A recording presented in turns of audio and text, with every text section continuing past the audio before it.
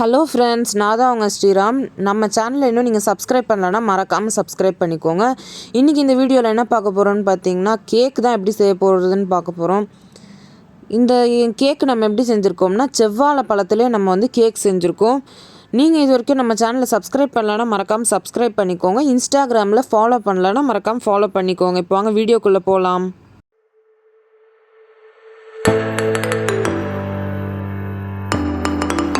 பார்த்தீங்கன்னா ஃப்ரெண்ட்ஸ், எங்கள் சித்தி வீட்டில் தான் நாங்கள் இது பண்ணோம். அவங்க வீட்டில் கொஞ்சம் வாழைத்தொப்பு அதெல்லாம் இருக்கிறதுனால நிறையா வாழைப்பழம் காய்ச்சிருந்துச்சு. அதில் நிறையா கெட்டும் போயிருந்துச்சு. ரொம்ப நாள் எடுக்காதனால இப்போ பார்த்திங்கன்னா வாழைப்பழம் எல்லாமே எடுத்து வச்சுக்கிட்டாச்சு. இப்போ நாங்கள் என்ன பண்ணிகிட்ருக்கோம்னு பார்த்திங்கன்னா, அந்த வாழைப்பழத்தில் நல்லதெல்லாம் மட்டும் நல்லா அப்படியே உரித்து ஒரு பவுலில் போட்டு எடுத்துக்கிறோம். தோலெல்லாம் அப்படியே உரித்து நல்லா இருக்க அந்த பீஸ்லாம் மட்டும் எடுத்துக்க போகிறோம்.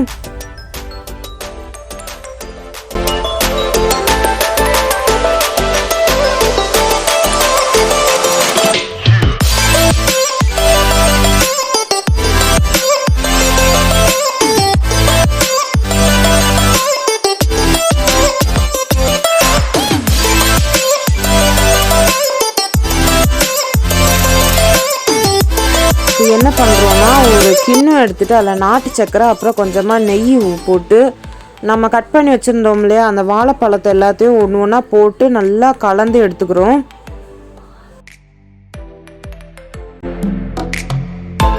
எல்லா வாழைப்பழத்தையும் கலந்துட்டு அடுத்து என்ன பண்ணுறோன்னா, கோதுமை மாவு போட்டு கொஞ்சம் அதை நல்லா மிக்ஸ் பண்ணி எடுத்துக்கிறோம்.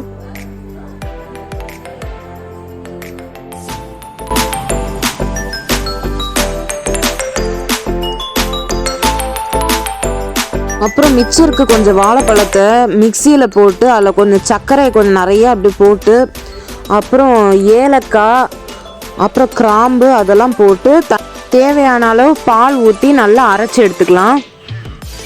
இதை நல்லா அரைச்சி எடுத்துட்டு வாழைப்பழம், கோதுமை மாவு, நாட்டு சர்க்கரையெல்லாம் போட்டு ஒரு பேஸ்ட் ஒன்று செஞ்சு வச்சுருந்தோம்ல, அதில் இந்த அரைச்சி எடுத்ததை அதில் ஊற்றிக்கலாம்.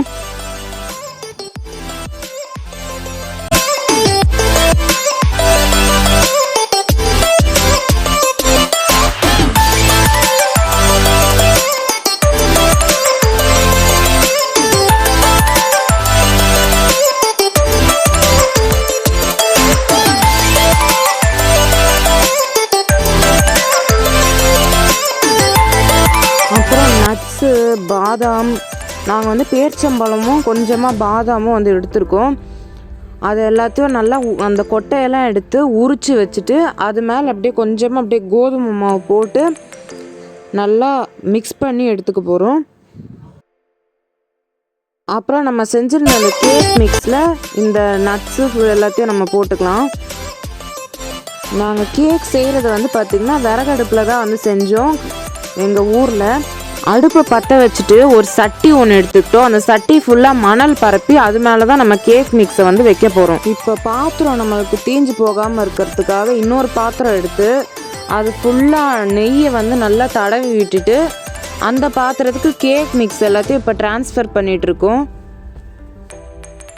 இப்போ பாத்திரம் பார்த்திங்கன்னா கொஞ்சம் நல்லா சூடானோன்னா நம்ம என்ன பண்ண போகிறோம்னு பார்த்திங்கன்னா, நம்ம செஞ்சு வச்சோம் இல்லையா கேக் மிக்ஸு, அதை தூக்கி அதை அப்படியே வச்சுட்டு ஒரு மூடி மாதிரி போட்டு அதை மூடிடலாம். 40 நிமிஷம் வேகணும் இந்த கேக் மிக்ஸு.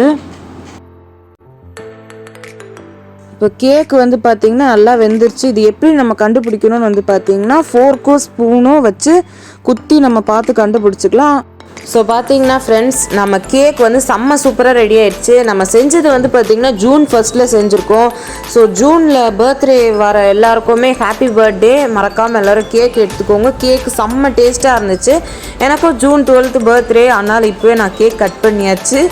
இந்த வீடியோ உங்களுக்கு பிடிச்சிருந்தா லைக் பண்ணுங்கள், ஷேர் பண்ணுங்கள், கமெண்ட் பண்ணுங்கள். இந்த ரெசிபியை நீங்களும் உங்கள் வீட்டில் ட்ரை பண்ணி பார்த்துட்டு எப்படி இருந்துச்சுன்னு சொல்லிட்டு மறக்காமல் எனக்கு கமெண்ட்ஸில் சொல்லுங்கள். மறக்காமல் நம்ம சேனலை இன்ஸ்டாகிராமில் ஃபாலோ பண்ணலன்னா ஃபாலோ பண்ணிக்கோங்க. தேங்க்யூ ஃபார் வாட்சிங். பாய் பாய்.